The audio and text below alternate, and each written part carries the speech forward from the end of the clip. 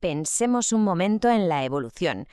Es una de esas ideas gigantescas de la ciencia, ¿verdad? La forma en que la vida ha cambiado, cómo se ha diversificado, es increíble. Pero, ¿cómo llegamos a entenderlo? Bueno, la verdad es que fue una carrera fascinante, una historia de mentes brillantes que duró siglos. Vale, pero ¿cuándo empezó todo esto? Si nos ponemos a pensar en la teoría de la evolución, la mayoría, casi de forma automática, se va al siglo XIX, a un naturalista con una barba imponente. Ya sabemos de quién hablamos. Pero, ¿y si la cosa empezara mucho antes? Y cuando digo mucho antes, me refiero a mucho antes. De hecho, tenemos que viajar hasta el siglo IX. Sí, como lo oyen, el siglo IX. Pues venga, vamos a viajar en el tiempo. Nos vamos a los orígenes medievales de una idea que, sin que nadie lo supiera en ese momento, estaba destinada a cambiarlo absolutamente todo. Y aquí es donde conocemos a nuestro primer protagonista, Al-Yahid, un filósofo y escritor iraquí nada menos que del siglo IX.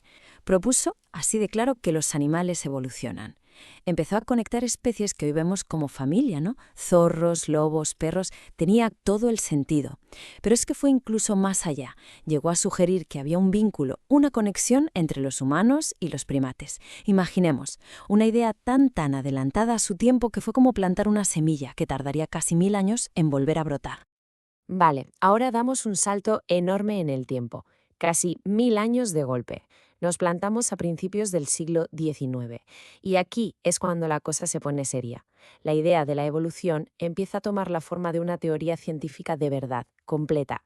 ¿Y gracias a quién? Pues a un señor muy audaz llamado Jean-Baptiste Lamarck. El corazón, la idea central de su teoría, era un concepto que seguro que suena: la herencia de los caracteres adquiridos. ¿Y qué significa esto? Pues básicamente la idea de que los rasgos que un ser vivo desarrolla durante su vida, ya sea por su esfuerzo o por su uso, esos mismos rasgos los puede pasar a sus hijos. Para que se entendiera bien, lo dividió en dos principios, dos leyes. La primera, la ley del uso y desuso. Es bastante intuitivo, ¿verdad? Si usas mucho un órgano, se hace más fuerte. Si no lo usas, pues se debilita, se atrofia. Y la segunda ley, que es la clave de todo, la herencia de los caracteres adquiridos. O sea, que esos cambios, para bien o para mal, se heredan, pasan a la siguiente generación. Y para entender esto, no hay nada como el ejemplo clásico, el de la jirafa.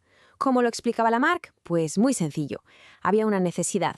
Las jirafas querían llegar a las hojas más altas de los árboles.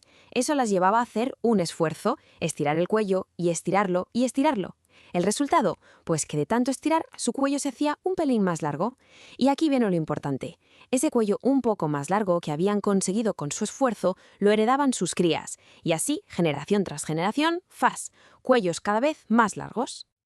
Pero la historia no acaba aquí, porque entonces llegó alguien que iba a ponerlo todo patas arriba. Llegó un nuevo paradigma, una idea que lo iba a cambiar absolutamente todo: la selección natural de Charles Darwin. Corría el año 1859. Y ese año, el mundo de la ciencia, se llevó una buena sacudida.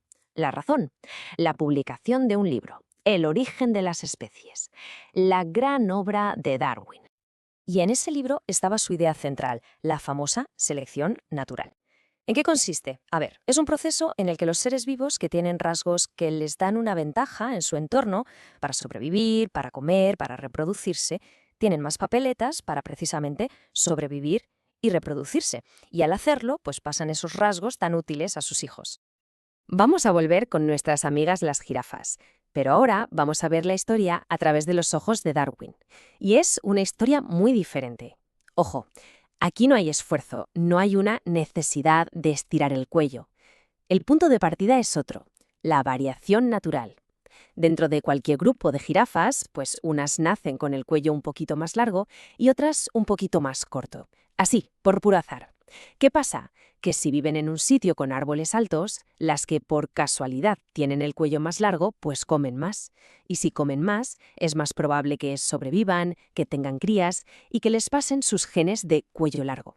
Y así, poco a poco, generación tras generación, el rasgo de tener el cuello largo se va haciendo lo normal en la población. Así que aquí lo tenemos. Dos teorías, la misma jirafa con el cuello larguísimo y un auténtico cara a cara de ideas. Vamos a ponerlas una frente a la otra para ver bien las diferencias. Y aquí es donde se ve todo clarísimo. A ver, ¿de dónde viene el cambio? Para Lamarck, del esfuerzo, de una necesidad del animal. Para Darwin, de la variación natural, del azar. ¿Cuál es el mecanismo? Lamarck dice, heredar los rasgos que consigues en vida. Darwin dice, no, es la selección natural, sobreviven los que ya tienen la ventaja. Y el papel del ambiente también es diferente. Para Lamarck, el ambiente crea la necesidad de cambiar. Para Darwin, el ambiente no crea nada, solo selecciona, como un filtro que deja pasar a los más adaptados. Al final, todo se reduce a una pregunta fundamental.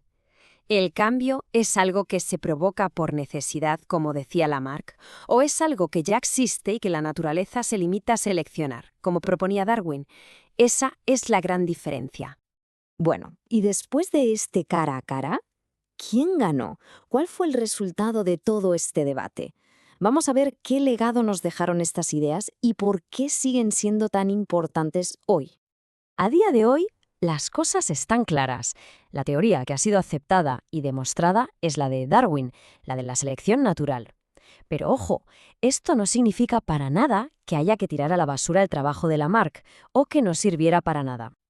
Que va todo lo contrario. A Lamarck se le considera un precursor, un pionero fundamental del pensamiento evolutivo.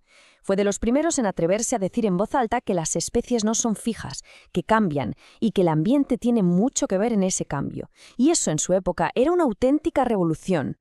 Así que, en resumen, si lo pensamos bien, todo está conectado.